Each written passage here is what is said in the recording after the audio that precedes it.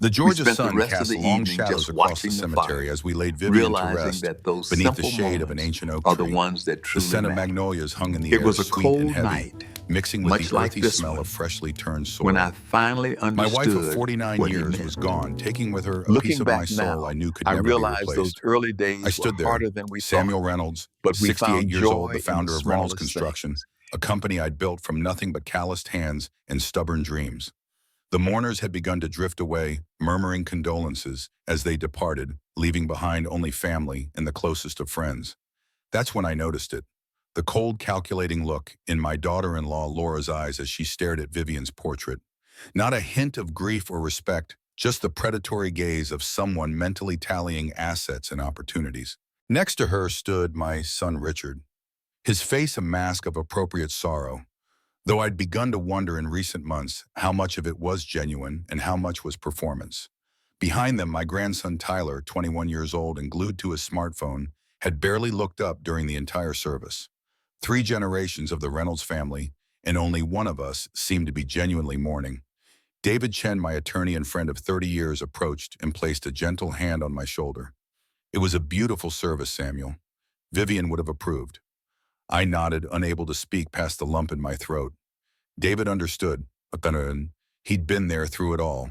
The lean years when Reynolds Construction was just a dream, the boom times when we expanded across 3 states, the celebrations and the setbacks. He and his wife had shared countless dinners with Vivian, and me had watched our children grow up alongside their own. When you're sad, he said quietly, we should talk about what comes next. I knew what he meant, the company, the legacy, the vultures already circling, waiting to pick at the bones of what Vivian and I had built. Tomorrow, I promised him, after the reception. The reception was held at our home, a sprawling farmhouse-style residence on the outskirts of Atlanta. It wasn't ostentatious. Neither Vivian nor I had ever been impressed by displays of wealth, but it was solid, comfortable, and filled with 49 years of memories. As I moved through the rooms accepting condolences from friends and employees, I couldn't help but reflect on the empire we had constructed. Reynolds Construction had grown from a 2-man operation into one of Georgia's premier building companies, with projects ranging from affordable housing communities to sleek office towers that had helped reshape Atlanta's skyline. Vivian had never once sat in the CEO chair, but every decision, every triumph carried her fingerprints. She was my compass, my anchor, my most trusted advisor. Her wisdom and instinct for people had saved us from countless bad deals and steered us toward opportunities others had missed. I paused at the large family portrait hanging in the living room. Taken just 5 years ago, it showed Vivian and me in the center, flanked by Richard and Laura, with Tyler standing awkwardly in front of them. Even then, I could see the distance in Richard's eyes, the cool assessment in Laura's smile. When had it started? When had my son begun to see me not as a father, but as an obstacle? When had his wife begun to view our family not as a bond of love and shared history, but as a stepping stone to wealth and status? The changes had become more pronounced during Vivian's illness. As pancreatic cancer slowly claimed her, their visits grew shorter. Their questions less about her comfort and more about company finances, property deeds, and succession plans. They were waiting, biding their time. I wasn't blind to it, and neither was Vivian. She saw it all with the clarity that sometimes comes to those preparing to leave this world. 3 days after the funeral had happened, we gathered in the boardroom of Reynolds Construction headquarters downtown. Floor-to-ceiling windows offered a panoramic view of the Atlanta skyline buildings that our company had helped to create, reaching toward the clouds. The long mahogany table gleamed under the recessed lighting, the empty chair to my right, a painful reminder of Vivian's absence. Laura arrived precisely on time, perfectly coiffed in a designer pantsuit that probably cost more than my first truck. Richard followed a step behind his shoulders, slightly hunched, as if carrying an invisible weight. Tyler slouched in last, his attention firmly fixed on his phone screen. Samuel, Laura began, her voice coated with a false sweetness that set my teeth on edge. We know how difficult this must be for you. Vivian's passing is a tremendous loss for all of us. She paused, waiting for someone to agree. The silence stretched. But the company needs to move forward. She continued, sliding a thick folder across the table. The board is anxious. It's time for you to rest and let Richard take over, as we've discussed for years. I hadn't discussed any such thing, but I let that slide. These are the transfer documents, she explained as the folder came to rest in front of me. It's all very straightforward. You'll sign over your controlling shares in the CEO position to Richard. We've also drafted a motion to give Tyler a seat on the board upon his graduation. Richard cleared his throat. Dad, it's the right thing to do. It's what Mom would have wanted. At the mention of Vivian, something hard and cold settled in my chest. I looked at my son, searching for the boy I'd once known, the one who had followed me around construction sites with a little yellow hard hat, asking questions about every beam and bolt. That boy was gone, replaced by this stranger who couldn't even meet my eyes. Is that what your mother would have wanted, son? I asked quietly. Laura's patience snapped. She leaned forward, abandoning all pretense of compassion. Now that the old woman is gone, she said, her words clear and precise as ice chips. You will sign the papers, put the company in my son's name, and fend for yourself. You're old. Stop being a burden to us. The audacity was breathtaking. They weren't just asking for the company. They were trying to erase me, to cast me aside like a broken tool that had outlived its usefulness. I felt a strange calm settle over me. There was no rage, no shock. There was only certainty. I looked at their expectant, greedy faces and I smiled. It was a small smile, but it was real, and it terrified them. The confidence in Laura's eyes wavered. Richard shifted uncomfortably in his seat. Even Tyler looked up from his phone, sensing the shift in atmosphere. All right, I said, my voice smooth and even. I placed my hand on the folder, but didn't open it. But before we do anything, I believe we need to hear from my attorney. Laura's face tightened. An attorney, Samuel, this is a private family matter. I looked from her face to Richard's and then to the empty chair beside me. I felt Vivian's strength flow into me. No, I said, my voice steady and clear for everyone to hear. It never was. That night I sat alone in our house, my house now, the silence pressing in from all sides. After that last remark, I had stood and walked out, leaving them in stunned silence. It wasn't the full confrontation that was coming, merely the opening salvo. I needed time. Time to process what I had discovered, time to formulate a plan. I poured myself 2 fingers of bourbon, Vivian's favorite when she would occasionally indulge, and carried it not to my study but to hers. It was the one room I hadn't been able to face since her passing. Pushing open the door, I was enveloped by her presence. The faint scent of lavender that clung to her books, the reading glasses still perched on her desk, the half-finished crossword puzzle with her elegant handwriting. I wasn't cleaning, not really. I was just touching things, trying to feel her presence in the objects she had loved. Grief does strange things to a person. It makes you clumsy, distracted. As I reached for a volume of poetry on a low shelf, my knee knocked against the side of her old wooden desk. The book tumbled to the floor with a heavy thud. As I bent to retrieve it, something caught my eye. A slight misalignment, a floorboard under the desk that wasn't quite flush with the others. I had walked over that spot countless times and never noticed. But today, in the stillness and slanted evening light, it seemed to call out to me. My heart began to beat a little faster. I knelt down, my old knees protesting, and pressed my fingers against the edge of the plank. It was loose. I worked my fingernails into the seam and lifted. The wood came away with a soft groan, revealing a small, dark cavity beneath. And nestled inside was a simple, unadorned cedar box. It was no bigger than a shoebox, but it felt heavy in my hands, heavy with the weight of secrets. It wasn't locked. With trembling fingers, I lifted the lid. The scent of cedar and thyme wafted up to meet me. Inside, resting on a bed of faded velvet, were 3 things: a single perfect lock of baby hair, dark and fine as spun silk tied with a pale blue ribbon, a yellowed hospital birth certificate with the name Samuel Reynolds, Jr., typed neatly on the line for the child's name, and beneath them a thick sealed envelope made of heavy cream-colored paper. My name, Samuel, was written on the front in Vivian's elegant, familiar script. This was a place of ghosts. I broke the wax seal and unfolded the pages within.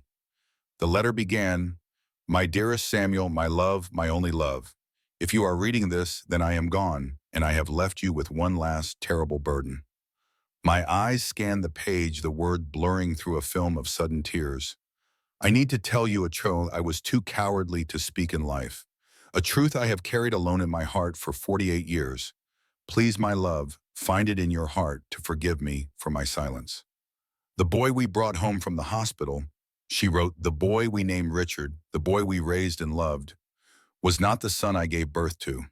Our son, our Samuel Jr., was born with a weakness in his lungs. He lived for only 6 hours.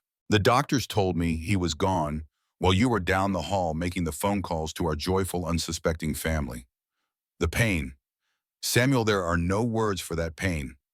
My hands shook so violently I had to place the letter on the desk to continue reading. From the room next to mine, I could hear another baby crying strong and healthy. A nurse, a kind woman named Clara, came to me. She told me the baby belonged to a young, terrified girl who had no one who was going to give him up. And in a moment of madness, of grief so profound, it shattered all reason, she offered me a choice. She said we could switch the records, that I could take home a healthy boy, that you would never have to know the pain of losing our son. I know it was wrong, the letter continued, but in that moment all I could think of was you, of your face when I would have to tell you our son was gone. I couldn't bear it, so I said yes. We came home with Richard, and I loved him, Samuel. I swear to you, I loved him as my own. Every scraped knee, every sleepless night, every proud moment. That love was real. I kept the secret because I was afraid the truth would break. You would break us, but I was a fool. I built our family on a foundation of lies, and now the cracks are beginning to show. The tone of her writing shifted, then the elegant script becoming sharper, more urgent. I see the woman our son married. I see the greed in her eyes. She is a vulture, Samuel, and she has taught our son to be one too. She has twisted his love into entitlement, his respect into impatience. They look at you and they do not see a father. They see an obstacle. They will try to take everything we built, not to nurture it, but to consume it. I cannot protect you anymore from the outside, my love, so I am giving you the truth from the past. This secret was once my shame, but now it must be your shield. Forgive me. Forgive me for the lifetime of deception, but please do not let them destroy our legacy. Protect what is ours. Protect what is yours.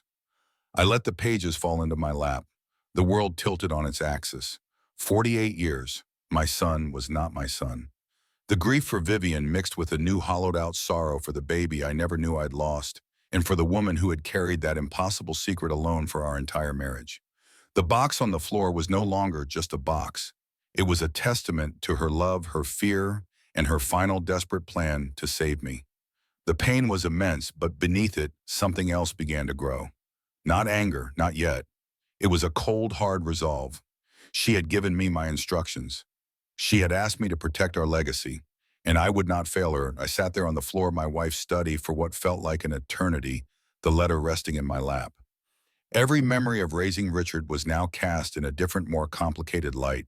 For a moment, I felt the weight of it all pressing down, threatening to crush me. I could just let it happen. I could sign Laura's papers, retreat into the fog of old age, and let the legacy Vivian and I built be devoured. But then I looked at her handwriting at the final desperate plea on the page. Protect what is ours. It was a command from the grave, and I knew I could not do it alone. There was only one person on earth I could trust with this. I pulled my phone from my pocket, my fingers feeling stiff and clumsy, as I found the name David Chen. He answered on the second ring, his voice warm with concern. Samuel, I was just about to call you. How are you holding up? David, I said, and my own voice sounded foreign to me, thin and cracked. I need you. Can you talk? The warmth in his voice immediately sharpened into professional focus. Of course. What is it? Is it Richard and Laura? Are they pushing you already? Worse, I said. I took a deep, shuddering breath. David, I found something. A letter from Vivian. I heard him take a sharp breath on the other end of the line. I didn't read him the whole letter. I couldn't. Instead, I gave him the devastating core of it. She wrote that our son, Samuel Jr., died at the hospital the day he was born. The silence on the other end of the phone was absolute. I could picture him in his office looking out over the Atlanta skyline, his mind reeling. When he finally spoke, his voice was soft with disbelief and a profound sadness. My God, Samuel. And Richard. He's not mine, David. He's not our son. Vivian, she made a choice. in the middle of all that pain, she made a choice. I explained the story of the switch, the words feeling like ash in my mouth. For a long moment, David was the friend. He mourned with me. That incredible woman, he whispered, the weight she must have carried all these years to protect you, to build a family. Samuel, I am so sorry. But then I heard him take a deep breath and the gears shifted. The friend stepped back and the lawyer I had relied on for 3 decades stepped forward. His voice became firm, clear, and strategic. Vivian was an extraordinary woman, Samuel. He said, his tone now edged with steel. And she was smarter than all of us. This letter isn't just a confession. She was arming you. She gave you a way out. Now we have to use it. Hope, cold and clear, cut through my grief. He was right. This was not an ending. It was a battle plan. What do we do? I asked. Laura will fight this. She'll say it's the ramblings of a sick woman, a forgery. David replied, a hint of grim satisfaction in his voice. Which is why the letter is our map, not our weapon. Our weapon has to be irrefutable science. We need a DNA test, Samuel, a legally admissible one. I asked how we could possibly manage that without raising suspicion. Leave it to me, David said. Hospital records are kept for decades. Richard had his tonsils out when he was 8. I'm willing to bet the hospital still has tissue samples archived. We can get a court order for that and use your own medical records as a baseline. It will be clean, quiet, and undeniable. The plan was taking shape, a path forward through the wreckage. And the other part, I asked, my voice barely a whisper. Her real son. I'll hire a private investigator first thing in the morning, David said without hesitation.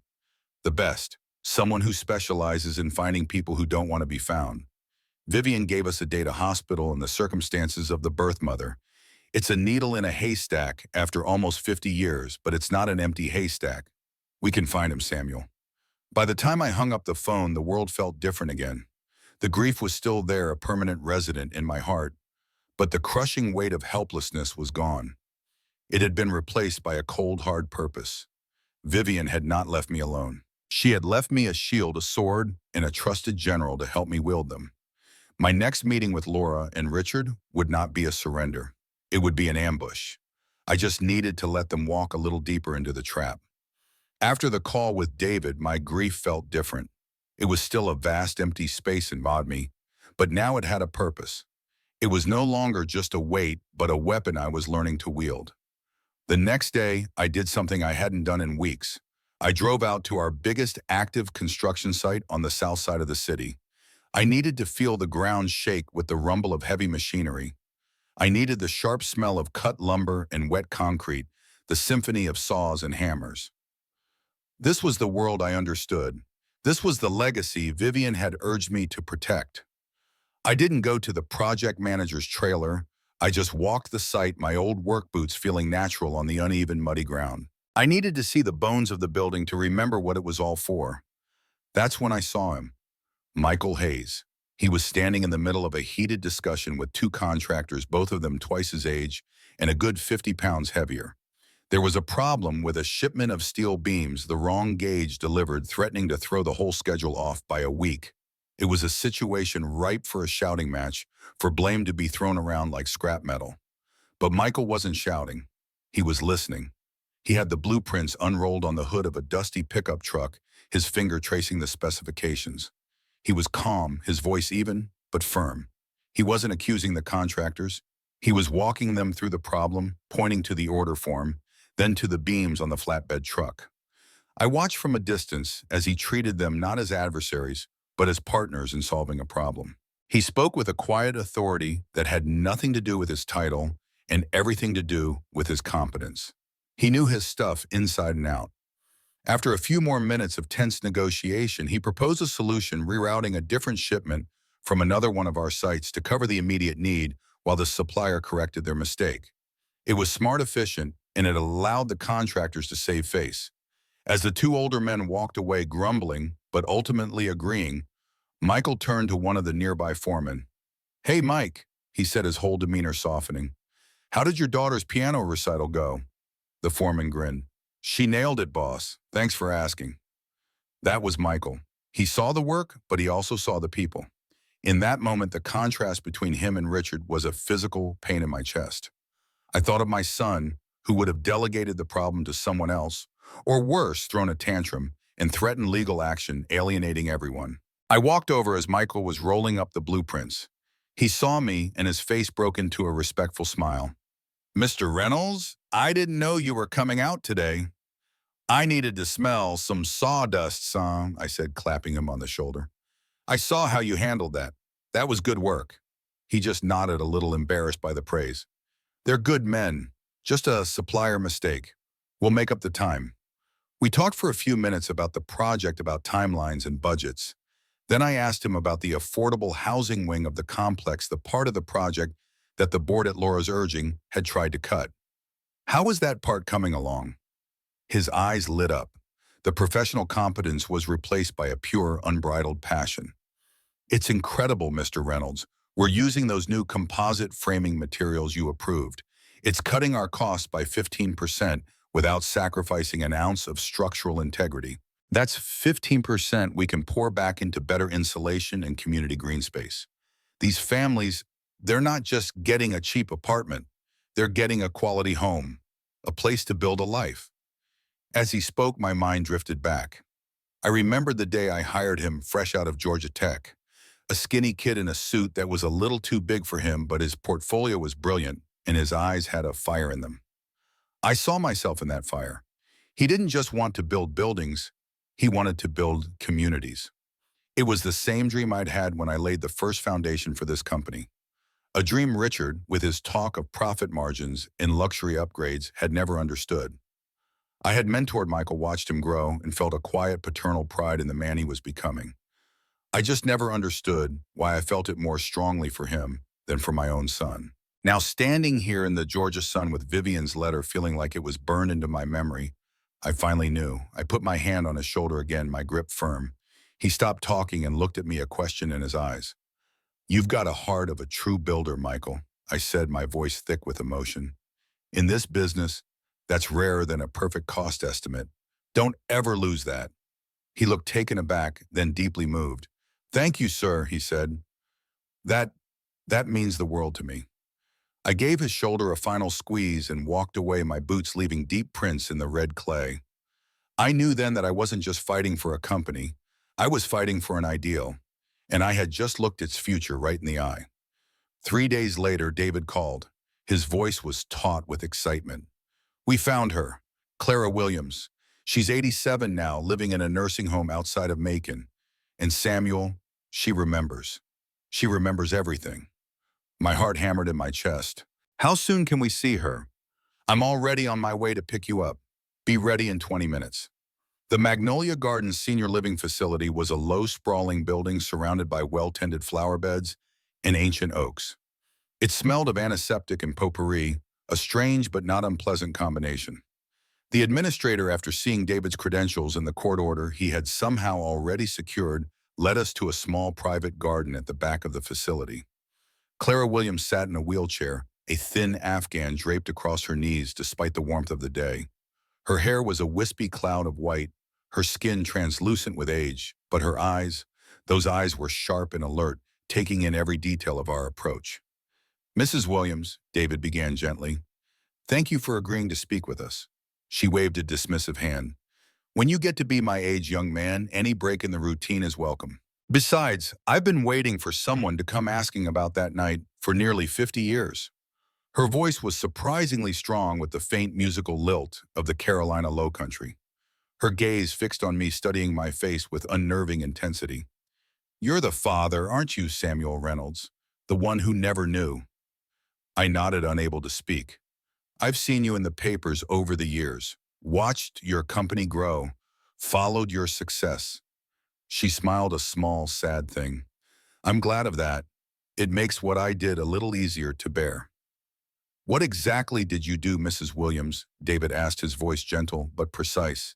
She closed her eyes for a moment, as if gathering strength from some inner reservoir.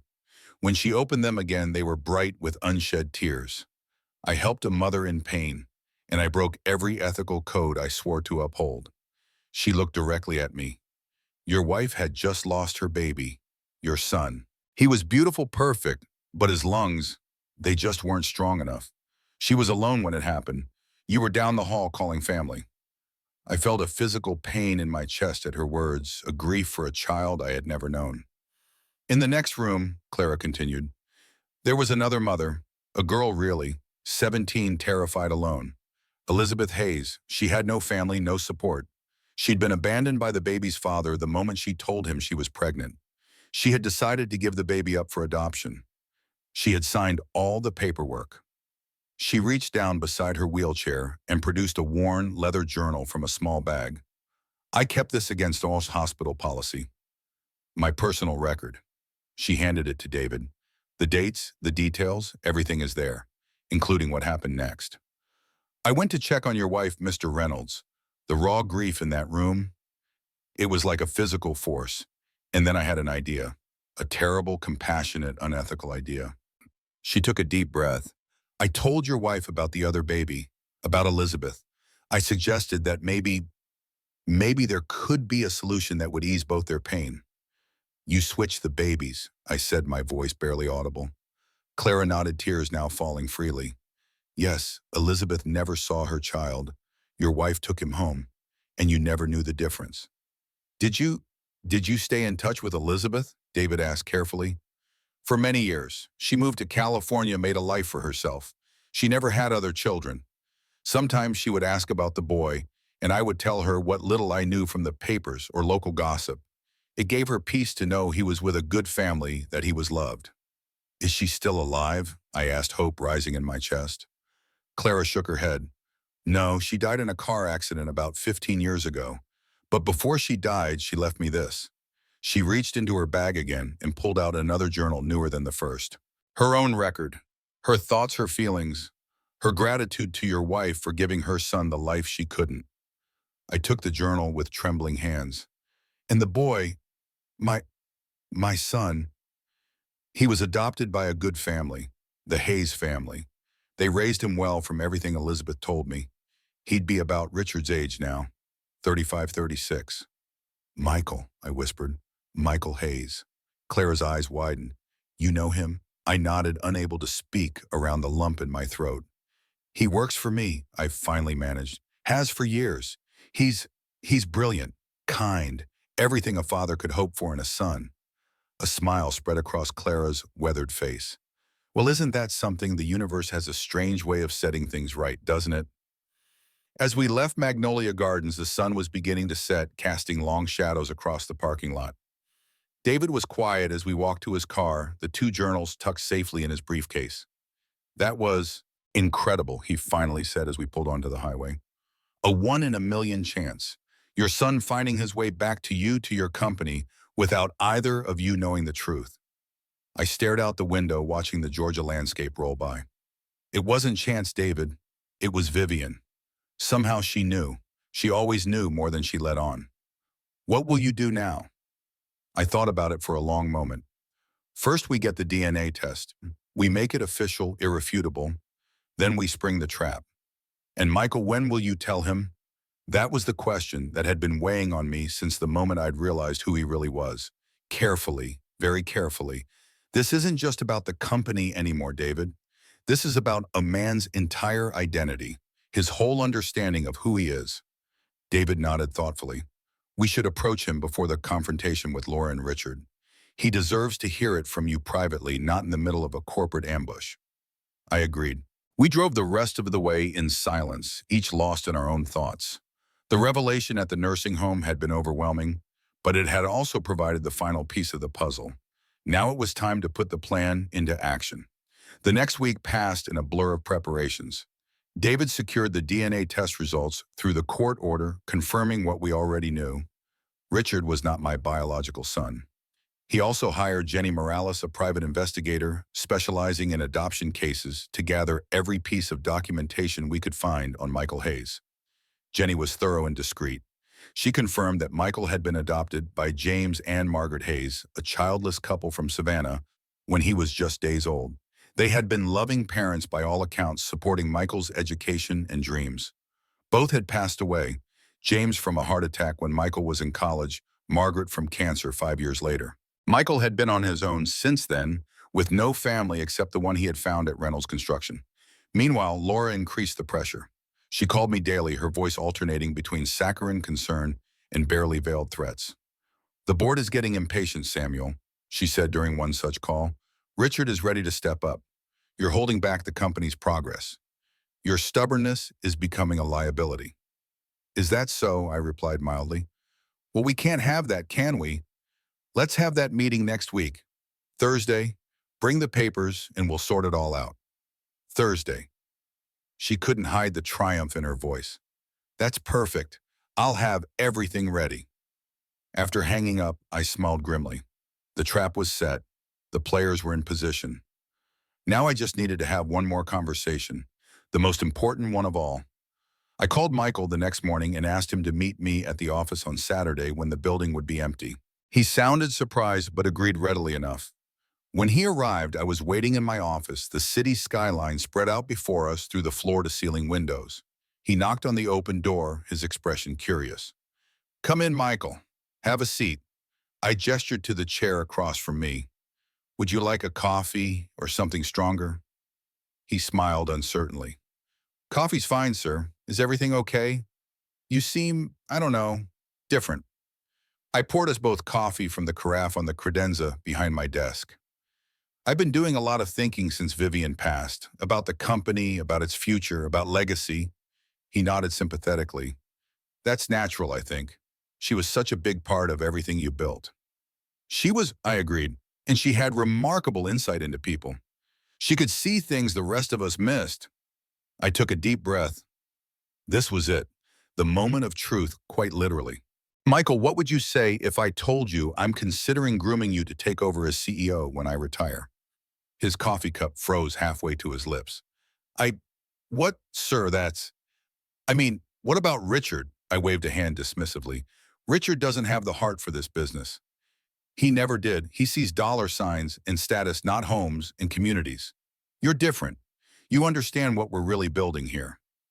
Michael set his cup down carefully. "I'm honored, sir. Truly. But Richard is your son. This is a family company." The irony of his words nearly made me laugh out loud. Instead, I leaned forward, my elbows on the desk. "Family isn't just about blood, Michael. It's about shared values, shared vision. You and I, we see Reynolds Construction the same way. We want to build things that matter, things that last. Richard and Laura, they want to strip it for parts and sell it to the highest bidder." Michael shifted uncomfortably. "I don't know what to say, Mr. Reynolds." "Say you'll think about it. That's all I ask for now. There will be some changes in the company structure soon. I want you to be prepared." He promised to consider it, though the confusion was evident in his eyes. It wasn't the full revelation. That would come later when the time was right. For now, I had planted the seed. I had given him a glimpse of the future I envisioned for him, for us, for the company that Vivian and I had built. As he left, I felt a strange mixture of hope and trepidation. Thursday was approaching rapidly. The final confrontation was at hand, and the future of everything Vivian and I had created hung in the balance.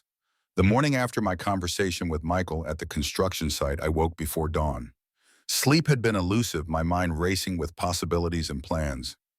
I made coffee and carried it to the back porch, watching the sun rise over the Atlanta skyline in the distance. The city was waking up, a place I had helped build brick by brick, building by building. Now I was fighting to ensure that legacy continued in the right hands. My phone rang. It was David. "I've got the DNA results," he said without preamble. His voice was tight with contained excitement. "It's official, Samuel. 0% probability that Richard is your biological son."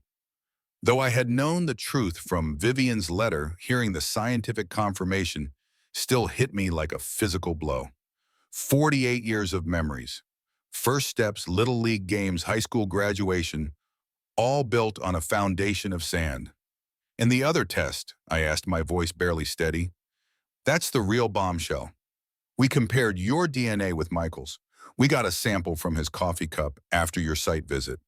The results show a 99.998% probability that he's your biological son."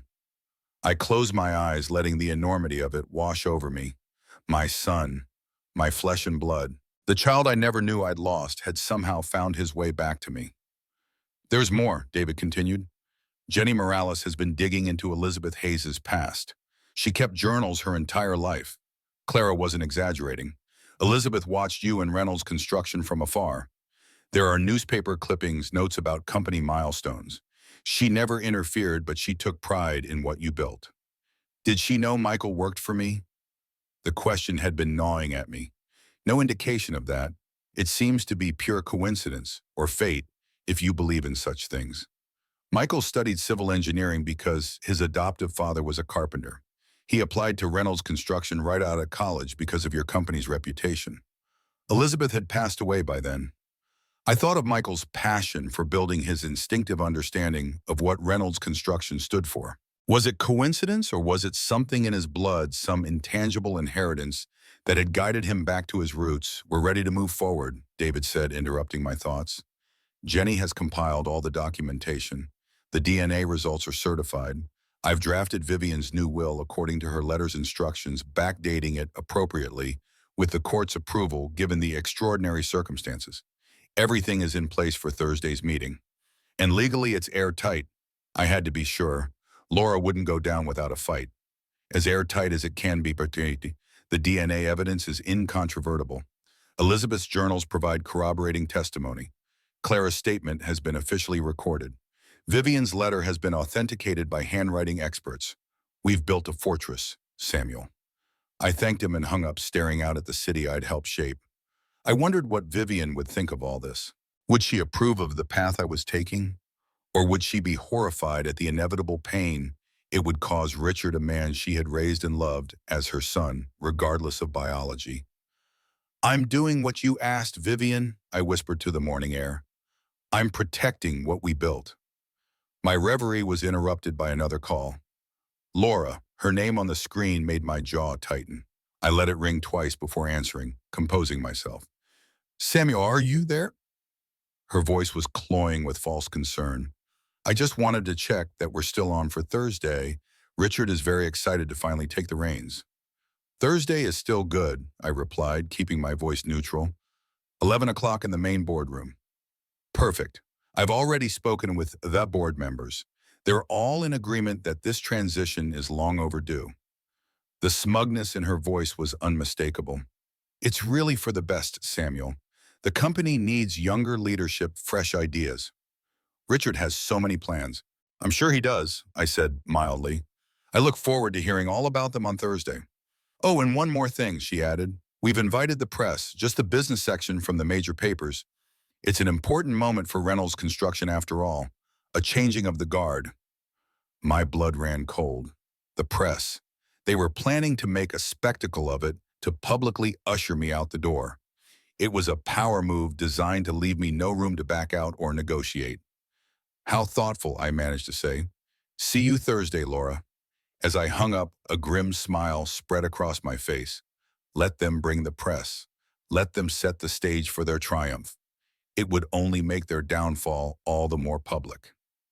The next 48 hours passed in a flurry of preparation. David and I went over every detail, anticipating Laura's possible reactions, preparing counter-arguments for every scenario. Jenny Morales continued to build our case, compiling a comprehensive timeline that connected every dot from the night of the birth to the present day. Wednesday evening, I made a decision. I called Michael and asked him to meet me for dinner at a quiet restaurant across town. This wasn't a conversation for the office. He arrived promptly at 7, dressed casually in jeans and a button-down shirt. As he slid into the booth across from me, I was struck again by how much of myself I saw in him. Not just in his features, but in his bearing, his quiet confidence. Thanks for meeting me on such short notice, I said after we'd ordered. There's something important I need to discuss with you before tomorrow's meeting. He nodded, his expression curious but patient. Is this about what you mentioned at the construction site?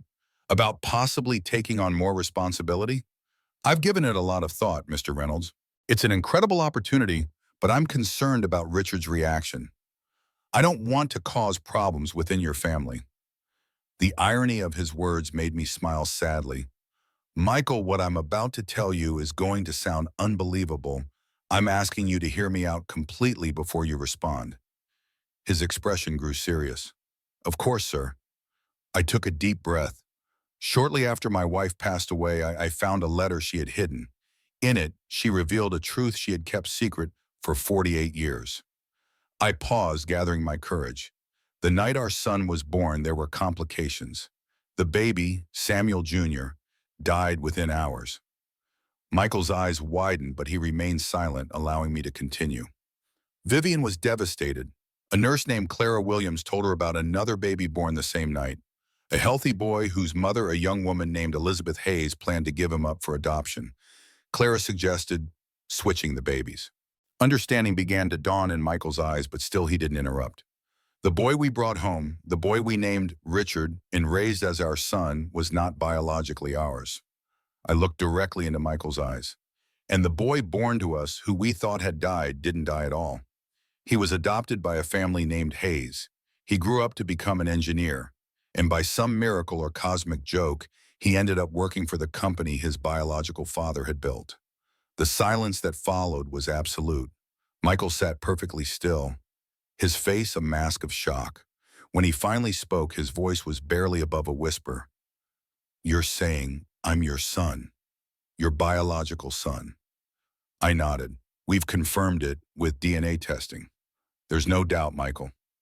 He ran a hand through his hair, his expression cycling through disbelief, confusion, anger, and a dozen other emotions I couldn't name. How can this be true?" He looked at me, searching my face as if seeing it for the first time. "My parents, the people who raised me, they never said anything about this." "They likely didn't know the full truth," I explained gently. "From what we've learned, the adoption was legal on their end. They adopted a baby they were told was given up voluntarily by his mother. They had no reason to suspect anything unusual." Michael was silent again, processing. I could see the engineer's mind in him, methodically examining each piece of information, testing it for structural integrity. "You have proof of this?" he finally asked. "Yes, DNA tests, witness testimony from the nurse who facilitated the switch journals from your biological mother, Elizabeth Hayes, and Vivian's letter. David Chen, my attorney, has compiled everything.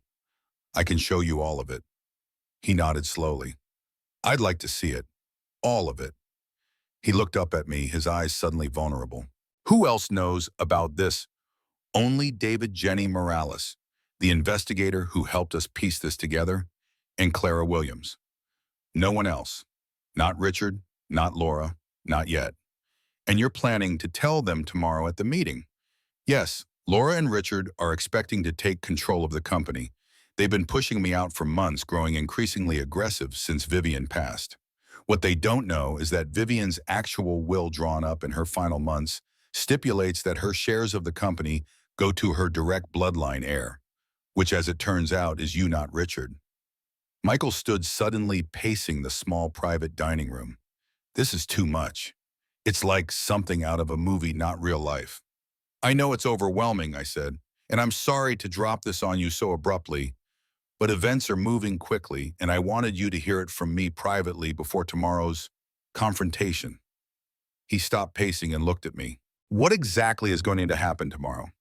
I explained the plan, how David would present the evidence, how Vivian's will would be revealed, how the press Laura had invited would bear witness to her own undoing. Michael listened intently, his expression troubled. "And Richard, what happens to him?" The question touched me. Even in the midst of his own shock, he was concerned about the man who had unknowingly taken his place. "Vivian provided for him," I assured him, "a monthly stipend enough to live comfortably. She may not have been his biological mother, but she raised him and loved him. She wouldn't leave him with nothing. But he loses the company, his identity, his understanding of who he is." Michael's voice was soft. "I know what that feels like. I'm experiencing it right now." I hadn't expected such empathy, such immediate understanding of Richard's position. It made me respect Michael even more. "Yes, he does," I admitted, "and it will be painful for him. But Richard doesn't love the company, Michael. He never has. He sees it as a cash cow, a status symbol. Laura has spent years pushing him to take control, not because he wants to build, but because she wants the power and money that comes with it." Michael nodded slowly, absorbing everything. "I need time to process this, to think." "Of course," I said, reaching across the table to place a hand on his arm. Take all the time you need. Just be at the meeting tomorrow. You don't have to say anything. You don't have to accept anything. Just be there. He promised he would, and we parted ways, the food on our plates barely touched. As I watched him walk to his car, shoulders slightly hunched under the weight of revelations, I wondered if I had done the right thing. If Vivian had done the right thing. If any of us ever really know the consequences of the choices we make. Thursday morning arrived with an unseasonable chill in the air. I dressed with care, a charcoal suit Vivian had always said brought out the silver in my hair, a blue tie she had given me for our last anniversary, armor of a sort. David picked me up at 9, his own attire equally formal. In the back seat of his car was a sleek leather briefcase containing the documents that would change all of our lives forever. Nervous, he asked as we drove down in town. Beyond nervous, I admitted, but also ready. It's time for the truth, however painful it might be. We arrived at Reynolds Construction headquarters at 10:30, deliberately early. I wanted to be seated at the head of the table when Laura and Richard arrived, a subtle power move in the chess game about to unfold. The boardroom was prepared just as I had instructed. Water pitchers filled notepads at each seat, blinds open to let in the morning light. Vivian's chair to my right remained empty as always, a silent tribute to the woman whose legacy we were fighting to protect. At 10:50, Michael arrived. He looked as if he hadn't slept, but his eyes were clear and determined. He nodded to me, took a seat halfway down the table, and opened his laptop as if this were any ordinary meeting. At precisely 11 o'clock, the door swung open. Laura entered first, resplendent in a designer suit the color of blood, her blonde hair swept into a severe chignon. Richard followed a step behind, handsome in a navy suit, but with the slightly lost expression he'd worn since childhood. Behind them came Tyler, still glued to his phone, and 3 men I recognized as journalists from the Atlanta business press. Samuel, Laura greeted me, her smile not reaching her eyes. How lovely to see you looking so formal today. Her gaze swept over David, then Michael, her expression souring slightly. I wasn't aware this would be such a crowded meeting. It seemed appropriate given the importance of the occasion, I replied mildly. Please everyone take a seat. We have much to discuss. Laura directed the journalists to seats along the wall, positioning them for optimal viewing of her moment of triumph. Then she took her place directly across from me, with Richard to her right and Tyler beside him. The battle lines were drawn. Well, she began once everyone was settled.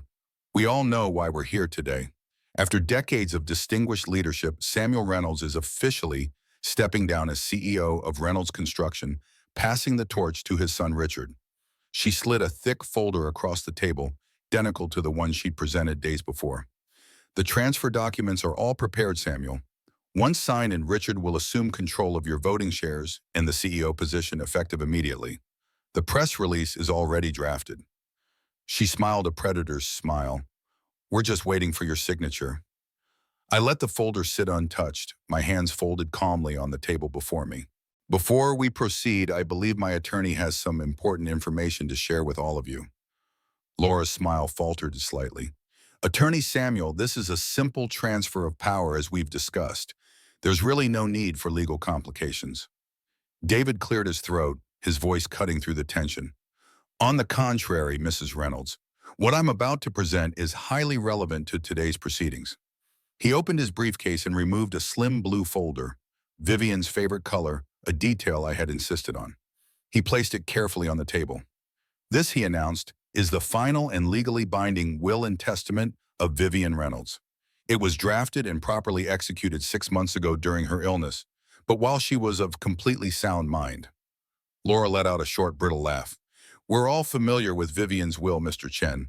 It follows the standard family trust arrangement we established years ago. I'm afraid you're mistaken, David replied calmly. He opened the folder and began to read. I, Vivian Reynolds, being of sound mind and body, do hereby declare this to be my last will and testament. His voice softened as he read the personal message to me, Vivian's love letter from beyond the grave. I closed my eyes, feeling her presence fill the room. Laura shifted impatiently. Yes, very touching. But can we get to the relevant portions? David looked at her over his reading glasses, his expression cool. Every word of this document is relevant, Mrs. Reynolds. He continued reading, his voice shifting to a more formal tone. Regarding the disposition of tangible and intangible assets, all my personal assets, including but not limited to real estate investment portfolios and personal effects, along with all my shares in Reynolds Construction, and all associated voting rights shall be transferred in their entirety to my beloved husband, Samuel Reynolds, and/or to my direct bloodline heir should one be identified. Laura's triumphant expression faltered. Direct bloodline heir. What kind of strange wording is that? Obviously, it refers to Richard. David removed his glasses. That is precisely the point requiring clarification. He reached into his briefcase and produced a sealed envelope from a certified genetics laboratory. At Mrs. Reynolds' written request, stipulated in a separate legal directive, executed the same day as her will, and with the full authorization of Mr. Samuel Reynolds, a DNA analysis was conducted. The room grew deathly quiet as David opened the envelope and removed the lab report. He put his glasses back on and read in a clear, precise voice. Pursuant to the side-by-side analysis of genetic markers from sample A, identified as Samuel Reynolds, and sample B, identified as Richard Reynolds, the conclusion of the genealogical assessment is as follows. He paused, his eyes meeting mine briefly before continuing. The probability of the subject, Richard Reynolds, being the biological son of the subject, Samuel Reynolds, is 0.0%. The silence that followed was absolute. Richard's face drained of color. His hands began to tremble visibly on the table. No, he whispered, shaking his head in denial. That's impossible. It's a lie. Laura recovered, first fury replacing her shock. What is this? She hissed, half rising from her chair. Some pathetic trick to keep control. Some senile fantasy Vivian concocted on her deathbed. David remained unfazed. He produced another document from his briefcase. Vivian's letter. This letter, authenticated by 3 independent handwriting experts, explains everything. He passed the letter not to Laura, but to Richard, whose face had gone from white to ashen. Your mother wanted you to read this yourself, David said gently. It explains why she made the choices she did. Richard took the letter with trembling hands. As he read, silent tears began to track down his cheeks. Laura, seeing her husband's distress, attempted to read over his shoulder, but he turned away from her, hunching protectively over the pages. The journalists were scribbling frantically, their eyes wide with the unexpected drama unfolding before them. Tyler had finally looked up from his phone, his expression one of confused alarm. Laura, seeing her carefully orchestrated triumph crumbling, lashed out. This is absurd. A DNA test conducted without Richard's knowledge or consent. A conveniently discovered letter. This would never stand up in court. On the contrary, David replied, his voice steady, the DNA sample came from archived medical records accessed via legal court order. The letter has been authenticated beyond question. And there's more. He produced another document. Sworn testimony from Clara Williams, the nurse who facilitated the switch the night Richard was born. As Richard continued reading, his shoulders shaking with silent sobs, Laura's rage built. So what? She spat. Even if this fairy tale were true, and I'm not conceding that for a moment, it changes nothing. Richard is still Vivian's son. He was raised by her. He's still a Reynolds, and he's still entitled to his inheritance. David shook his head. I'm afraid that's not how Mrs. Reynolds structured her will. Her shares go to her direct bloodline heir. As the DNA test conclusively proves, Richard is not that person. Laura's eyes narrowed. And who is then some long-lost cousin, some distant relative you've dredged up to do your bidding? David looked toward the boardroom door. Right on cue, it opened. The room fell silent again as all eyes turned to the doorway. Michael Hayes stood there, his expression a mixture of determination and discomfort. He had changed from earlier now, wearing a suit that emphasized his resemblance to me, a resemblance I had somehow never fully noticed until now. Ladies and gentlemen, David announced, his voice carrying the weight of legal authority, allow me to introduce Michael Hayes, the biological son of Samuel and Vivian Reynolds. The room exploded with reactions. Richard looked up from the letter, his tear-streaked face registering shock as he stared at Michael. Laura's mouth opened and closed without sound, for once rendered speechless.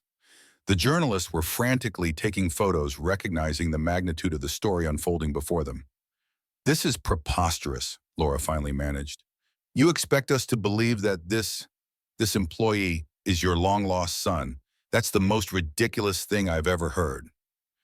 David was ready. We have conducted extensive DNA testing, Mrs. Reynolds. The results are conclusive. Michael Hayes is without any doubt the biological son of Samuel and Vivian Reynolds. He produced another document, the second DNA report. The probability of paternity is 99.998%. Furthermore, we have located and verified the records of Michael's birth and subsequent adoption. His biological mother, Elizabeth Hayes, kept detailed journals throughout her life documenting the circumstances of his birth and her decision to give him up for adoption.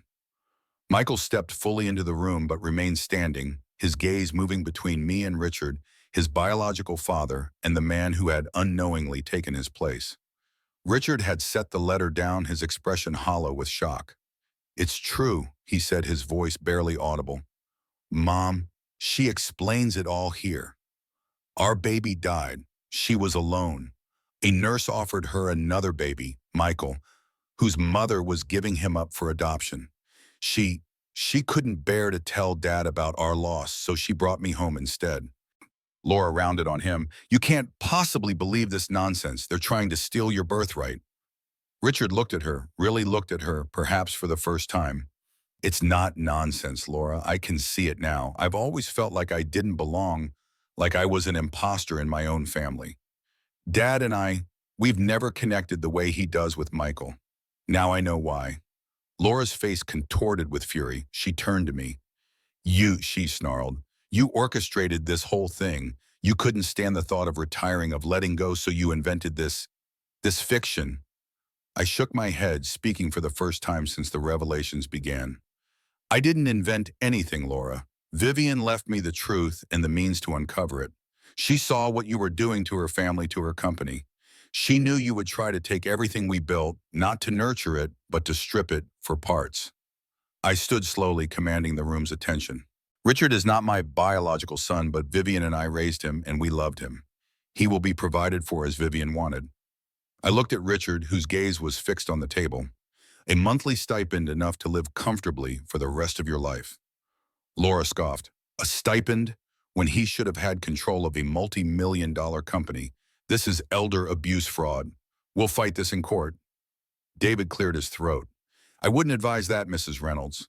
The evidence is irrefutable. Furthermore, challenging this will only result in more public exposure of the facts that the press is already documenting." He nodded toward the journalists who were furiously recording every word.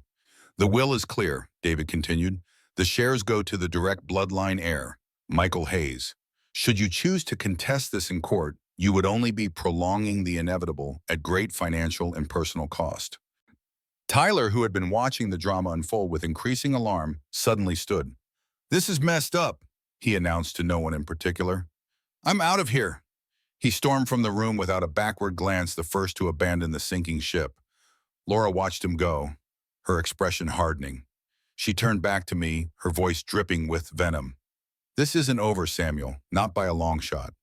"Actually, Laura," I said calmly, "it is." I looked at Richard, feeling a complex mixture of emotions, sorrow for the pain he was experiencing, regret for the years of disconnection, but also a firm resolve that this was necessary. "Richard, I'm sorry it came to this, truly, but the company was never your passion. You know that as well as I do." Richard looked up, his eyes red-rimmed but surprisingly clear. "You're right," he said quietly. "It was always Laura's obsession, not mine. I just wanted your approval." And the simple honesty of his statement hit me like a physical blow. Despite everything, despite the revelations and the hurt, there was a kernel of truth there that I couldn't deny. I had always held him at a distance, never fully embraced him as a son. Perhaps some part of me had always sensed the truth. "I'm sorry, Richard," I said again, meaning it more deeply than I could express. "For everything." Michael, who had been silent throughout, finally spoke. "Mr. Reynolds, Richard, for what it's worth, I'm sorry too. I had no idea. No part in any of this. I came to this company because I admired what it stood for, what it built." Richard looked at him, really looked at him, taking in the face of the man who should have had his life. There was no hostility in his gaze, just a profound weariness. "It's not your fault," he said. "None of this is." Laura had been watching this exchange, her fury building with each word. Enough of this maudlin nonsense, she snapped. Richard, we're leaving. Now, our attorneys will be in touch. She grabbed her purse and stood. Richard didn't move. No, Laura. She froze.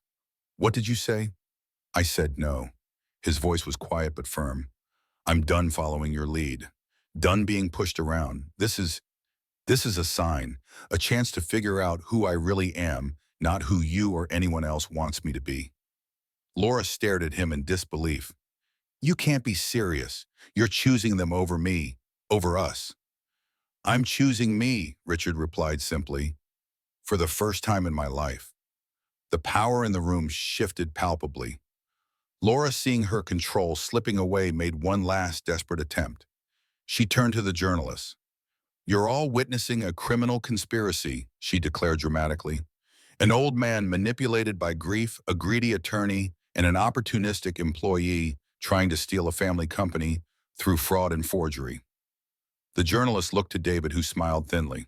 Everything presented today is fully documented, legally obtained, and scientifically verified. We welcome any scrutiny from the press or the courts. The facts speak for themselves. Laura's gaze swept the room, finding no allies. Her carefully constructed world was collapsing around her. With a final venomous glare at me, she stormed out of the boardroom, the click of her heels punctuating her defeat. Richard remained seated, looking lost and small in the sudden silence. I felt a rush of compassion for him. Whatever his faults, whatever Laura had molded him into, he was still the boy Vivian and I had raised. Richard, I said gently, you don't have to leave. Not like this. We can talk more privately, work through the details of the arrangement Vivian set up for you. He nodded slowly, his expression numb. I'd like that, but not today. I need some time to process all of this. Of course, I agreed. Take all the time you need. The journalist, sensing that the dramatic confrontation had concluded, approached David with questions. He expertly fielded them, providing the facts without sensationalism, guiding the narrative that would inevitably appear in tomorrow's business section. As the room gradually emptied, only Michael, Richard, and I remained. Three men connected by blood secrets and a company built on both. The silence between us was heavy with unspoken words and unanswered questions. Richard finally stood, straightening his shoulders with a dignity I hadn't expected. I should go, he said, but I'd like to meet with you soon, both of you. He looked at Michael, then at me. There's a lot to discuss.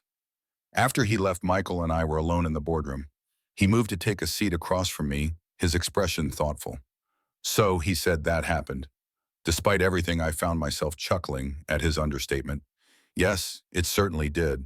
What now, he asked, looking around the boardroom as if seeing it for the first time. That I said is entirely up to you. Vivian's will is clear. Her shares, controlling interest in Reynolds Construction, pass to you as her direct bloodline heir. But what you do with that inheritance is your choice. Michael nodded slowly, considering. I need some time, too.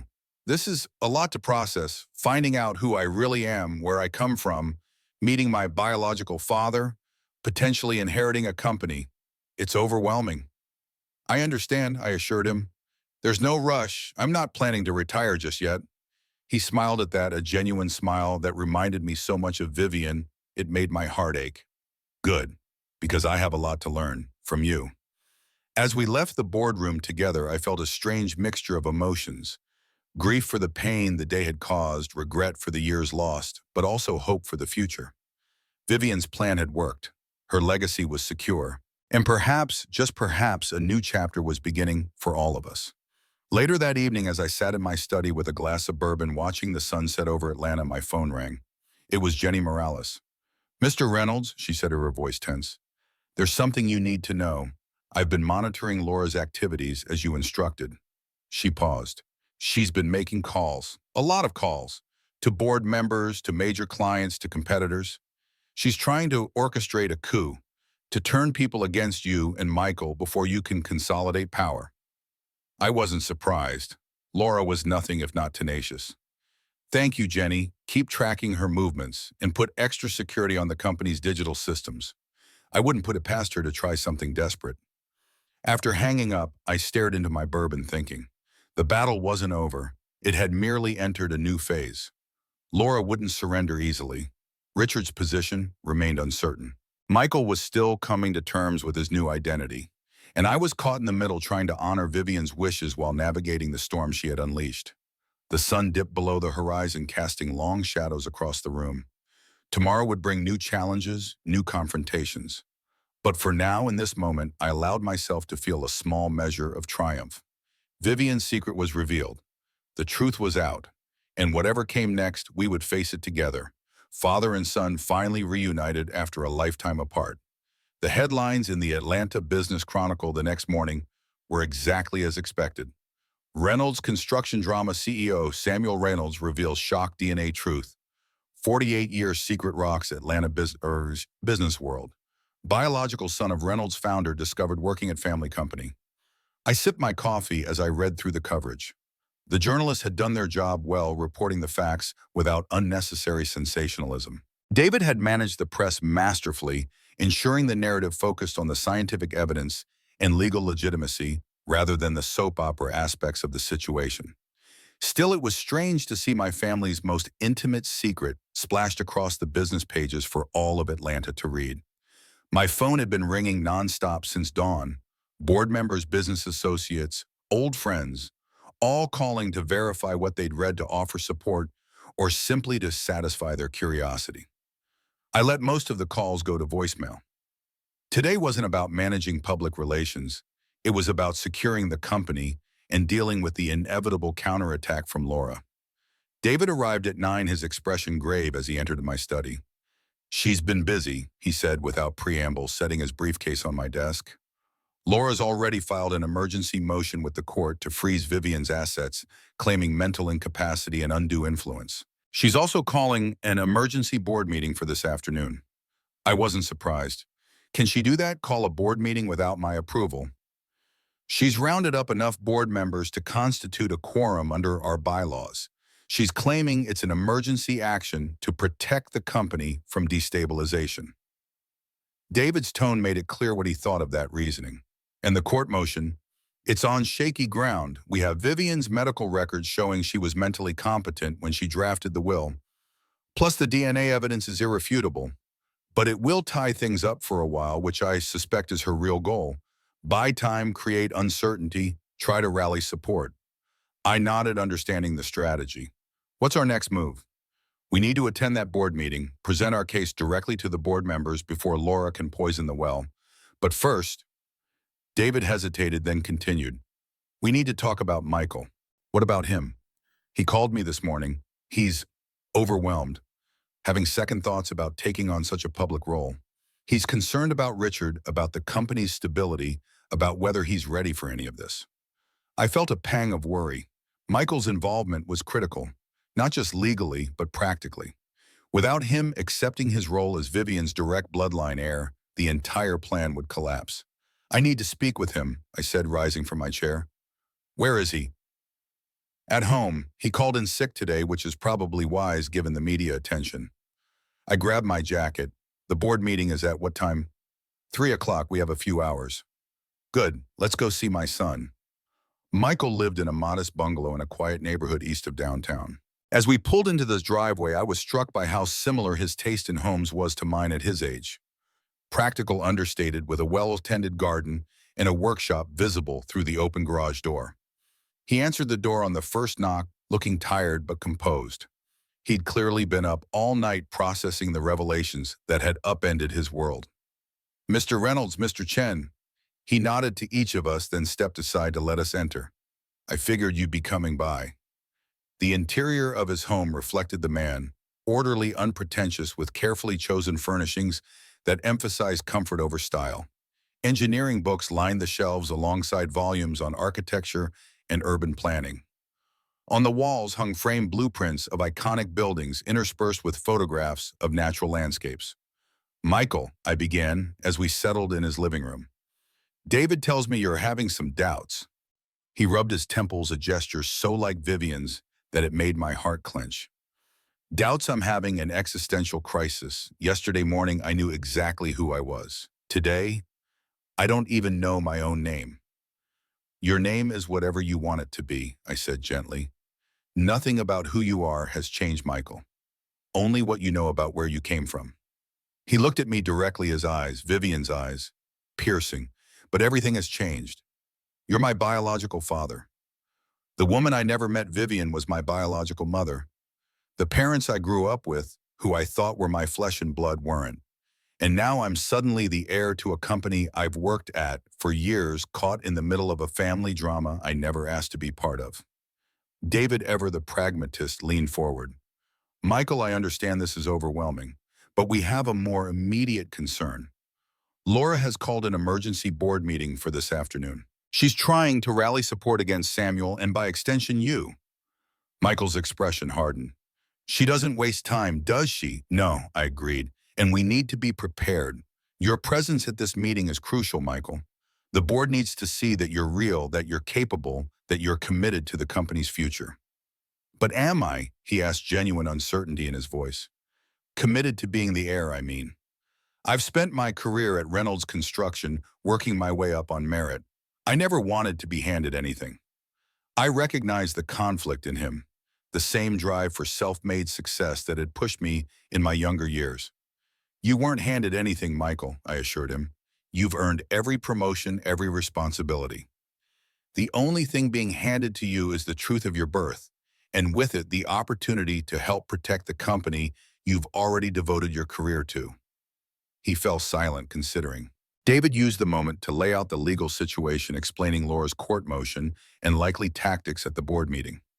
Michael listened intently, his engineer's mind visibly processing each piece of information, analyzing vulnerabilities, considering countermeasures.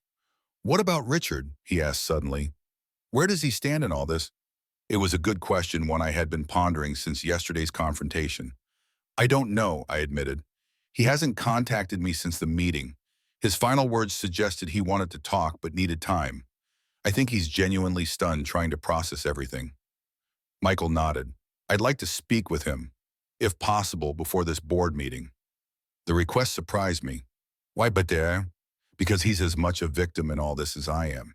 Different circumstances, but both of us had our identities turned upside down. And Michael hesitated. I think we need to present a united front. Not you and me against Richard, but all of us against Laura's manipulation. I was struck by his insight, his natural inclination toward building bridges rather than burning them. It was so reminiscent of Vivian that I momentarily lost my composure. I'll try to arrange it, David offered, already reaching for his phone. I have his personal number from previous legal matters. While David stepped outside to make the call, Michael and I sat in a silence that was surprisingly comfortable given the circumstances. Did you ever suspect, he finally asked, that I might be your son? I shook my head. Never consciously, but looking back, there were moments. Times when I felt a connection to you that seemed stronger than just professional respect. When I'd see something in your approach to a project that reminded me of myself at your age. But I never put it together. How could I? He nodded, understanding. I used to dream about my birth parents, when I was a teenager. I'd make up stories about who they might be, why they gave me up. But as I got older, those fantasies faded. My adoptive parents were good people. They loved me, supported me. They were my real parents in every way that mattered. They sound like remarkable people, I said sincerely. I'm grateful to them for raising you to be the man you are. They would have liked you, Michael said with a sad smile. Dad was a craftsman, built furniture by hand. He loved talking about materials, about creating things that would last. And Mom, she was the practical one, always making sure the bills got paid, that I did my homework. They were a good team. David returned, his expression cautiously optimistic. Richards agreed to meet him. He suggested a neutral location, Piedmont Park by the lake, in an hour. Michael stood immediately. I'll get ready. As he left to change clothes, David turned to me. This is unexpected. I thought Richard would be firmly in Laura's camp by now. I think we all underestimated him, I replied, including Laura. She saw him as a puppet, a tool to get what she wanted. But his reaction yesterday, that was a man finding his backbone for the first time. David nodded thoughtfully. Well, let's hope he keeps it for the board meeting. Having Richard on our side, or at least not actively against us, would completely undermine Laura's position. An hour later, we arrived at Piedmont Park. The spring day was perfect, cherry blossoms in full bloom, the lake shimmering under the midday sun. Richard was already there, sitting alone on a bench overlooking the water, dressed casually in jeans and a light sweater, a stark contrast to his usual business attire. He looked up as we approached, his expression unreadable. I hung back slightly, allowing Michael to take the lead as he had requested. "Richard," Michael greeted him, extending his hand. "Thank you for meeting us." Richard stood, hesitating only briefly before shaking Michael's hand. It seemed necessary. His gaze flickered to me, then back to Michael. "This is still surreal. Looking at you now, I can see it. The resemblance to Samuel. I'm still getting used to it myself," Michael admitted. Richard gestured to the bench and they both sat. I remained standing with David, giving them space for this extraordinary conversation. "I've been up all night," Richard began, staring out at the lake, "reading Mom's letter over and over, trying to make sense of everything. 48 years of believing one thing about myself only to discover it was all built on a necessary lie." "I can't imagine what you're feeling," Michael said, his voice gentle. "But I want you to know I don't see this as a competition. I'm not trying to take your place or erase the relationship you had with Vivian and Samuel." Richard turned to look at him directly. "But legally, that's exactly what's happening. Mom's will makes it clear her shares go to her direct bloodline heir. That's you, not me. The legal reality doesn't have to dictate how we handle this as human beings," Michael replied. "I've been thinking about this all night too, about what's fair, what's right, about what's best for the company we both care about in our own ways." Richard laughed, a short, humorless sound. "Do I care about the company I don't even know anymore? For years, I've been going through the motions, doing what was expected of me. It was always Laura pushing for more control, more power. I just followed along. And now," I asked, speaking for the first time. Richard glanced up at me, his expression reflective. "Now I feel like I have a chance to figure out who I really am. Without Laura's ambitions driving me. Without trying to live it up to the Reynolds name. A name that, ironically, isn't even mine by blood." "It's still your name," I said firmly. "Vivian and I raised you. We loved you. Whatever the circumstances of your birth, you are a Reynolds in the ways that matter." Something in Richard's expression softened at my words. He turned back to Michael. "Laura's called a board meeting for this afternoon. She wants me there presenting a united front against Dad and you. She spent half the night strategizing, making calls, building alliances on the board." Michael nodded. "We know. That's partly why we wanted to talk to you, to hear your thoughts before we walk into that room." Richard was silent for a long moment, considering. "I won't be her puppet anymore. I've told her as much. But I'm not sure I'm ready to actively work against her either. We're still married, at least on paper. Though after yesterday," he shook his head, leaving the thought unfinished. "We're not asking you to take sides," Michael assured him, "just to speak your truth, to help the board understand that this isn't a hostile takeover or a manipulation. It's simply an unexpected truth coming to light." Richard studied Michael as if truly seeing him for the first time. "You're nothing like what Laura described, you know. She called you an opportunist, a schemer. Said you'd been working your way into Dad's good graces for years, positioning yourself to take over." Michael couldn't hide his surprise. "I never even knew I was related to Samuel until 2 days ago." "I believe you," Richard said simply, "and I think I can help make the board believe it too." A weight I hadn't realized I was carrying lifted from my shoulders. Richard wasn't going to be an adversary. He might not be fully in our camp, but he wasn't in Laura's either. It was more than I had dared hope for. David stepped forward, his expression cautiously optimistic. "Richard, would you be willing to make a statement at the board meeting? Nothing elaborate, just confirming that you've read Vivian's letter and understand her wishes." Richard considered this, then nodded slowly. "I can do that, for Mom's sake, if nothing else." He stood, signaling the end of the conversation. "I should go. Laura will be wondering where I am." As Richard walked away, he paused and turned back. "Michael," he called, "for what it's worth, I'm glad it's you. If someone has to be the real Reynolds son, I'm glad it's someone who actually cares about building things that last." The board meeting was scheduled for 3 o'clock in the main conference room at Reynolds Construction headquarters. By 2:30, the room was already filling with board members, 12 in total, including myself.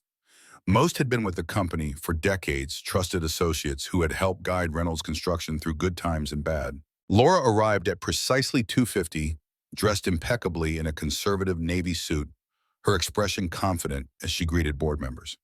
If she was surprised to see me already seated at the head of the table, she didn't show it.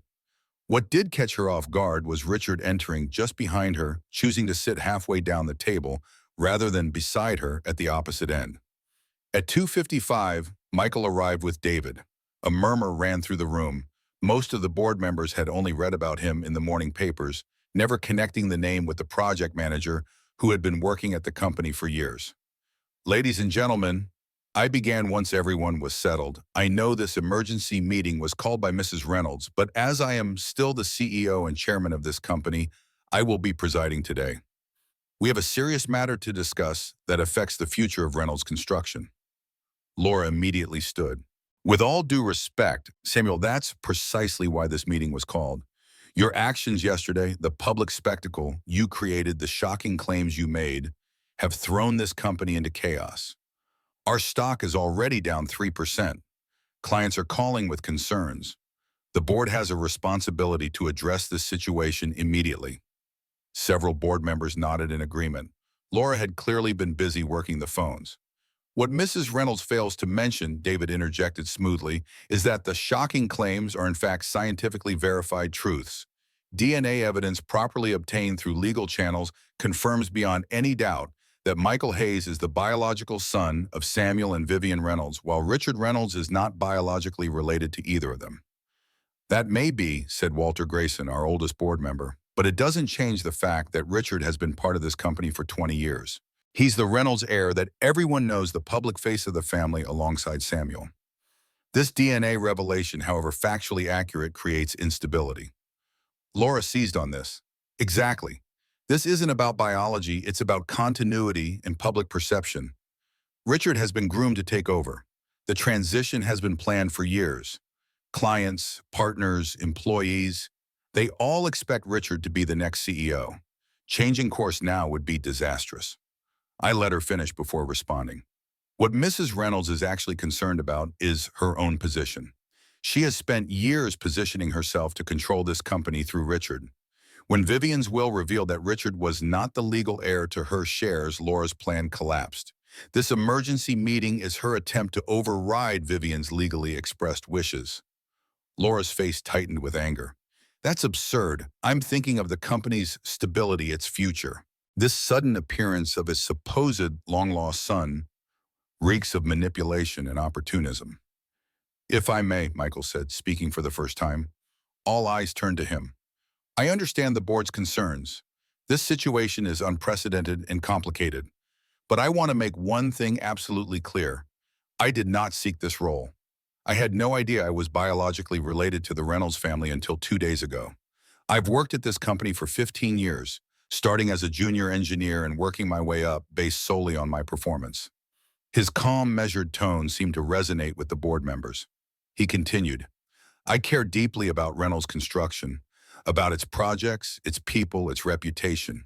Whatever happens today, my priority is ensuring that the company continues to thrive. If that means stepping back and allowing a different arrangement, I'm open to that discussion. But I will not allow Mrs. Reynolds to characterize me as an opportunist when the facts show otherwise. Laura scoffed. Fine words, but the fact remains that you stand to gain enormous wealth and power from this convenient discovery. Why should the board trust you? Because I vouch for him, said a quiet voice from the middle of the table. Richard had spoken. The room fell silent as all eyes turned to him. Laura looked stunned. Richard, what are you doing? He met her gaze steadily. Speaking the truth, Laura, something you might want to try. He turned to address the board. I've read my mother's letter. I've seen the DNA evidence. There's no question that Michael is my parents' biological son, and I am not. It was a shock, yes, but my mother's wishes are clear. Her share should go to her direct bloodline heir, Michael Hayes. Laura's face flushed with anger. Richard, you can't be serious. You're throwing away everything we've worked for, everything you're entitled to. Entitled to, Richard repeated, his voice stronger now. That's always been your focus, hasn't it? What you're entitled to through me. Never what's best for the company or for me or for anyone but yourself. The board members shifted uncomfortably, witnessing a marital dispute that had suddenly become very public. Laura realized her mistake and quickly pivoted. "This is beside the point," she said, regaining her composure. "The issue before the board is simple. Do we honor decades of preparation and planning, or do we throw the company into turmoil based on a last-minute will and a DNA test? I move that we vote to affirm Richard Reynolds as the rightful successor to Samuel, regardless of Vivian's will." Walter Grayson cleared his throat. "I'm not sure the board has the legal authority to override a valid will, Laura." "Actually," David interjected, "the board doesn't. Vivian's shares are her private property to be disposed of according to her legally expressed wishes. The board cannot simply vote to reassign them. What the board can vote on is whether to accept Michael Hayes as a new board member representing those shares." Laura saw her strategy crumbling. "This is ridiculous. You're asking the board to accept a complete stranger as a controlling shareholder." "Michael Hayes is hardly a stranger," I pointed out. "He's been a valued employee for 15 years. Many of you have worked with him directly on projects. You know his character, his work ethic, his vision for the company." Several board members nodded in agreement. Michael was well respected within the company, known for his integrity and skill. "Perhaps," said Catherine Miller, another long-standing board member, "we should hear from Mr. Hayes directly. What are your intentions regarding Reynolds Construction should you indeed become the controlling shareholder?" Michael took a moment to gather his thoughts before responding. "My intention is to honor the legacy that Samuel and Vivian built, to continue focusing on projects that blend profitability with community impact, to maintain the company's reputation for quality and integrity." He paused, looking directly at Laura. "What I won't do is strip the company for short-term gain or use it as a personal cash machine or prioritize status over substance." His words clearly resonated with the board. They knew exactly what he was referring to. Laura's repeated attempts to push the company toward more profitable but less socially responsible projects, her emphasis on luxury developments over the affordable housing initiatives that had been part of Reynolds Construction's mission since its founding. Laura, sensing the room turning against her, made a desperate final play. "This is all very touching, but it doesn't change the legal reality. Until the court rules on my motion to freeze Vivian's assets, nothing can be decided. I suggest the board take no action until the legal situation is clarified." It was a delaying tactic and everyone knew it, but it might have worked had Richard not spoken up again. "There's something else the board should know," he said, his voice steady. "Something I discovered last night while going through Laura's files." Laura's head snapped toward him, her expression a mixture of shock and fury. "Richard, don't you dare!" He ignored her. "For the past year, Laura has been in secret negotiations with Meridian Development to sell Reynolds Construction. She's been providing them with confidential financial information, project plans, client lists, everything they would need to acquire and then dismantle the company. The deal was contingent on her gaining control through me after Dad stepped down." The room erupted in gasps and murmurs. Board members looked at Laura with expressions ranging from shock to disgust. Even David seemed genuinely surprised by this revelation. "That's a lie!" Laura shouted, her composure finally shattering. "Richard is making this up to get back at me." Richard calmly reached into his jacket pocket and pulled out a USB drive. It's all here. Emails, contracts, meeting notes. I found them on Laura's laptop last night. I've already provided copies to Mr. Chen." David nodded, confirming. "I received these files this morning and have verified their authenticity. Mrs. Reynolds has indeed been negotiating to sell the company without board knowledge or approval." It was the final nail in Laura's coffin. The board members who had been wavering now looked at her with undisguised contempt. She had violated not just their trust, but her fiduciary duty to the company. "In light of this new information," Walter Grayson said, his voice grave, "I move that we formally reject Laura Reynolds' challenge to Vivian Reynolds' will and accept Michael Hayes as the representative of Vivian's shares effective immediately." "I second the motion," Catherine Miller added promptly. "All in favor?" I asked, looking around the table. The vote was unanimous, with only Laura abstaining, her face a mask of defeat and fury. "The motion carries," I announced. "Michael Hayes is officially recognized as the holder of Vivian Reynolds' shares in this company with all associated rights and responsibilities." Laura stood abruptly. "This isn't over. The court will rule on my motion, and when it does, I think you'll find that unlikely, David interrupted smoothly, especially given the evidence of your plan to sell the company. Evidence which I should note I will be obligated to share with the court as part of our response to your motion. Laura looked from David to Richard, her expression one of pure betrayal.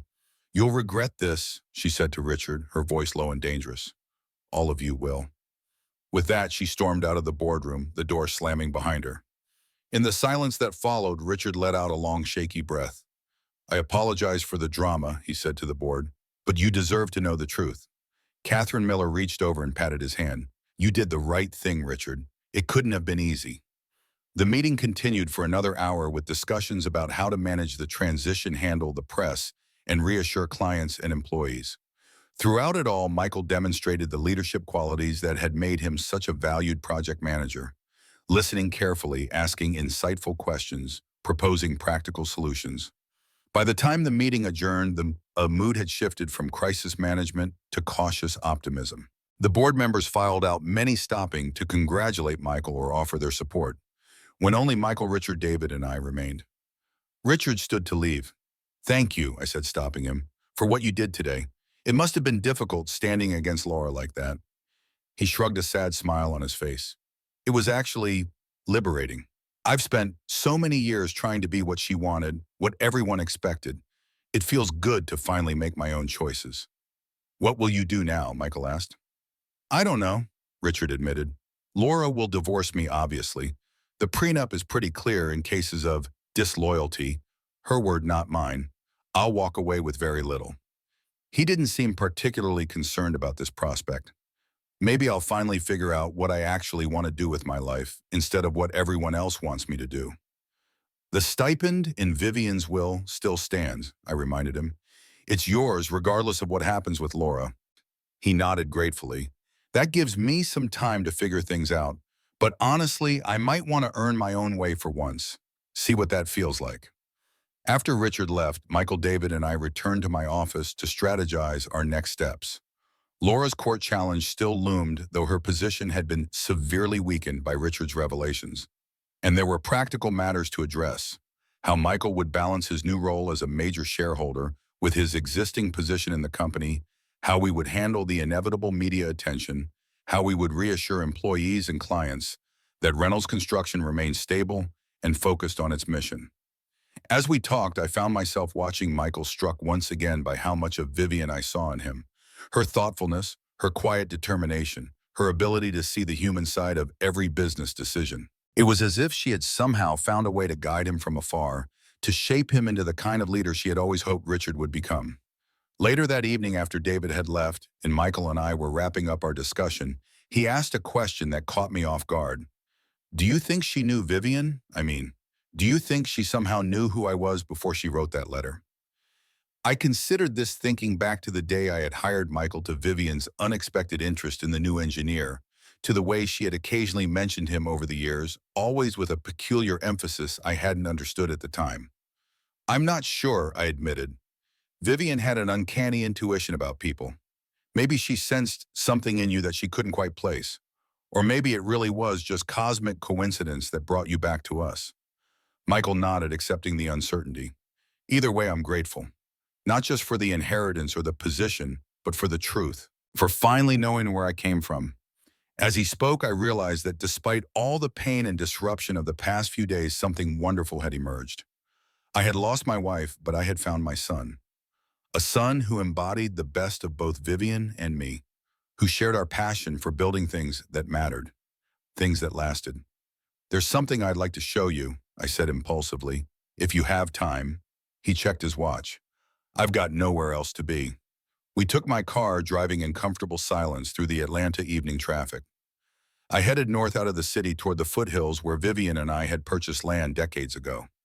After about an hour, I turned onto a narrow private road that wound through dense forest before opening onto a clearing overlooking a small lake. There, nestled among ancient oaks, stood a cabin Vivian and I had built with our own hands in the early years of our marriage. It was simple but sturdy, constructed of local stone and timber, designed to blend harmoniously with its surroundings. What is this place? Michael asked as we got out of the car. Our sanctuary, I replied, leading him to the cabin's porch. Vivian and I built it before Reynolds Construction was even a company, back when we were just two kids with big dreams and empty pockets. We came here whenever the business world got too overwhelming, whenever we needed to remember what really mattered. I unlocked the door and led Michael inside. The cabin was exactly as Vivian had left it during our last visit just weeks before her diagnosis. Simple furnishings, books lining the walls, large windows framing the spectacular view of the lake and mountains beyond. "It's beautiful," Michael said softly, taking it all in. I walked to the stone fireplace and lifted a small wooden box from the mantel, identical to the one I had found beneath Vivian's floorboard. "She kept one at home and one here," I explained, opening it. Inside was another letter sealed just like the first, but this one had a different name written on it in Vivian's elegant script, "For Michael should he ever find his way home." My hands trembled as I handed it to him. "I found this yesterday when I came up here to be close to her. I think she always hoped that somehow, someday you would be found." Michael stared at the envelope, visibly moved. "She wrote this for me, even though she never knew me.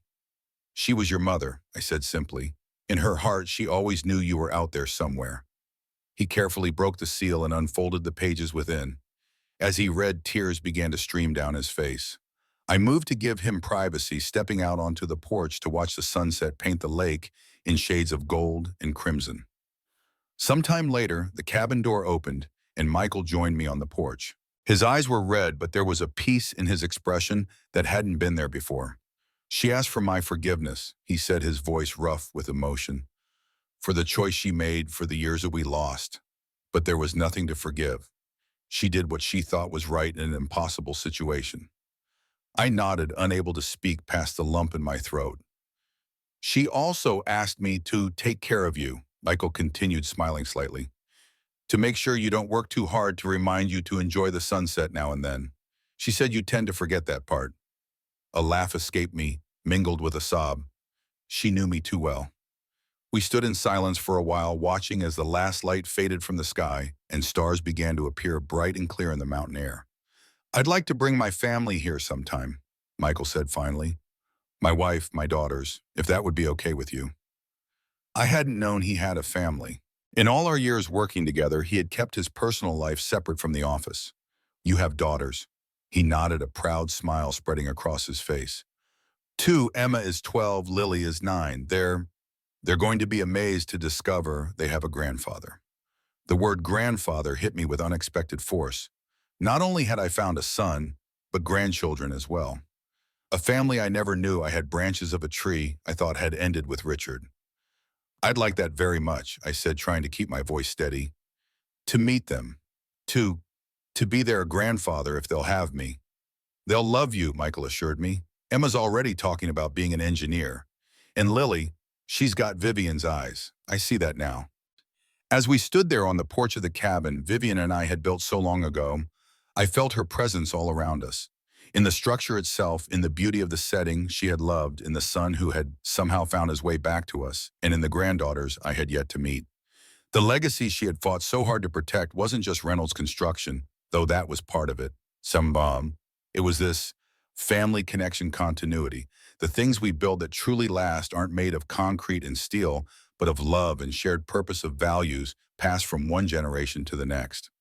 "We should head back," Michael said, eventually glancing at his watch. "It's getting late." "Actually," I suggested, "why don't we stay? There's food in the pantry, fresh linens in the closet. We could build a fire, talk some more. There's so much I want to know about you, about your life, so many years to catch up on."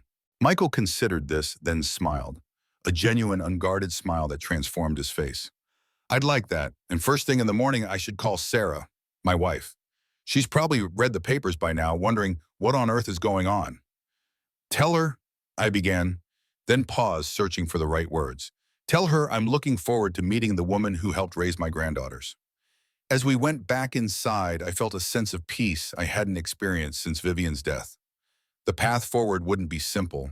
There were still legal battles with Laura ahead, challenges in integrating Michael into his new role at the company, the complex work of building relationships with family members who had been strangers just days ago. But for the first time, I wasn't facing that future alone. I had found my son, or rather, he had found me. Against all odds, across decades of separation, we had come full circle. And I knew with a certainty that defied rational explanation that Vivian was smiling down on us both. The next morning, as the sun rose over the lake, Michael and I sat on the porch with mugs of coffee, continuing the conversation that had lasted deep into the night. We had discovered so many connections, so many parallel paths in our lives. His passion for sustainable architecture that mirrored my early focus on environmental building practices, his dedication to mentoring young engineers that echoed my own approach to leadership. "I've been thinking," he said, watching an osprey circle above the lake, "about the company name." "Reynolds Construction," I prompted. He nodded. It seemed right to keep it, not just for continuity in the marketplace, but because, well, it's who I am now, a Reynolds by blood, if not by upbringing. "You could hyphenate," I suggested.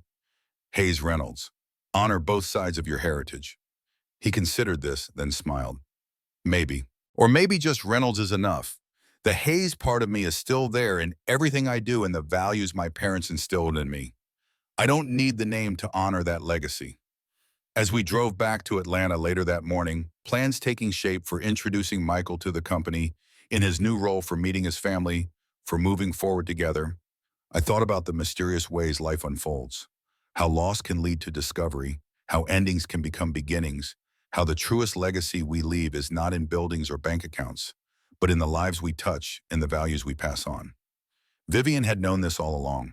Her final gift wasn't just the truth about our son, but the reminder that the heart's legacy is what truly endures. And now, against all odds, that legacy would continue stronger than ever before.